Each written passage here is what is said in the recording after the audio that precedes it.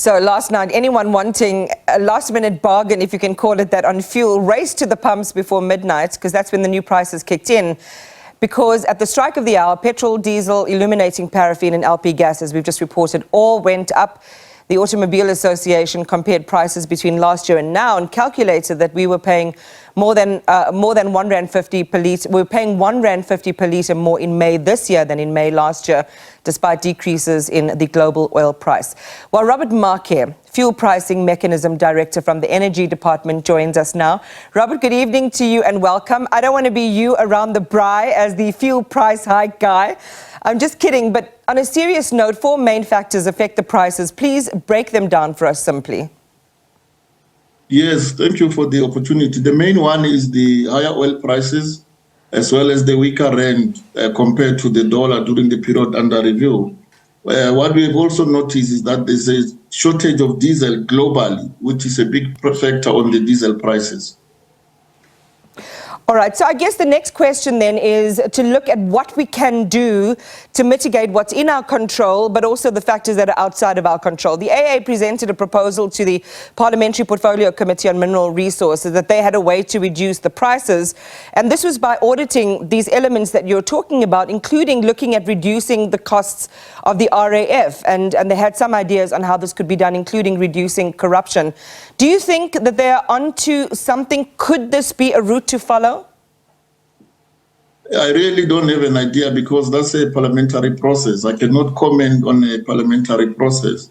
What I can tell you is that we review the elements of the fuel prices on a regular basis.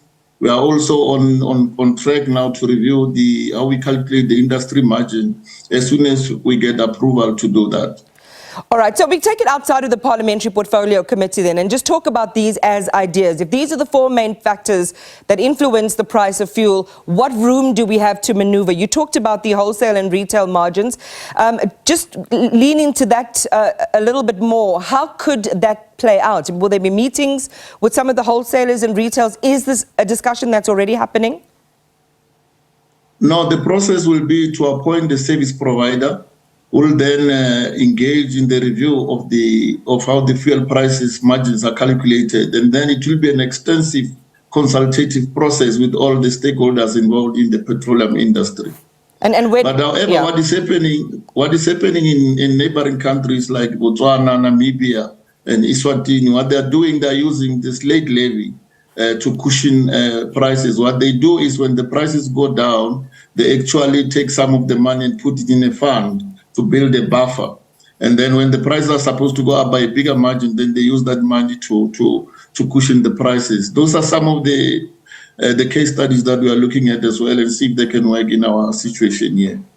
Is anything to do with the RAF in terms of the contribution to them? Again, some of the ideas on the table are, to streamline the organization, have it better managed, and also to root out corruption. Is that also potentially a viable route to go?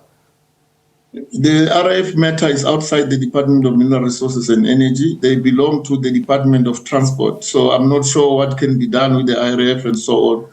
We'll just await the outcome of the process that is underway at the moment.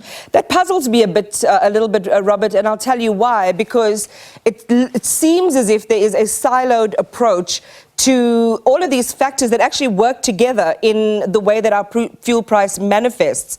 I would have thought that there would have already been that collaboration between yourselves, even though it belongs to a different ministry, to begin to harmonize our approach to pricing.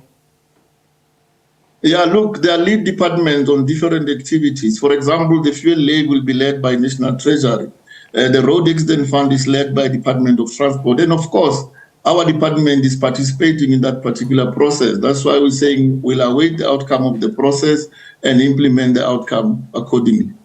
Well, what do you say to consumers as we conclude our interview tonight? We heard a really, I think, really poignant and dynamic piece from our Durban reporter about how this is impacting everyone's lives. People are at their wits' end, literally having to make a choice between a piece of bread and being able to get to their places of work. For the responsibility that your department has in these prices, what comfort can you give to consumers? What is your message?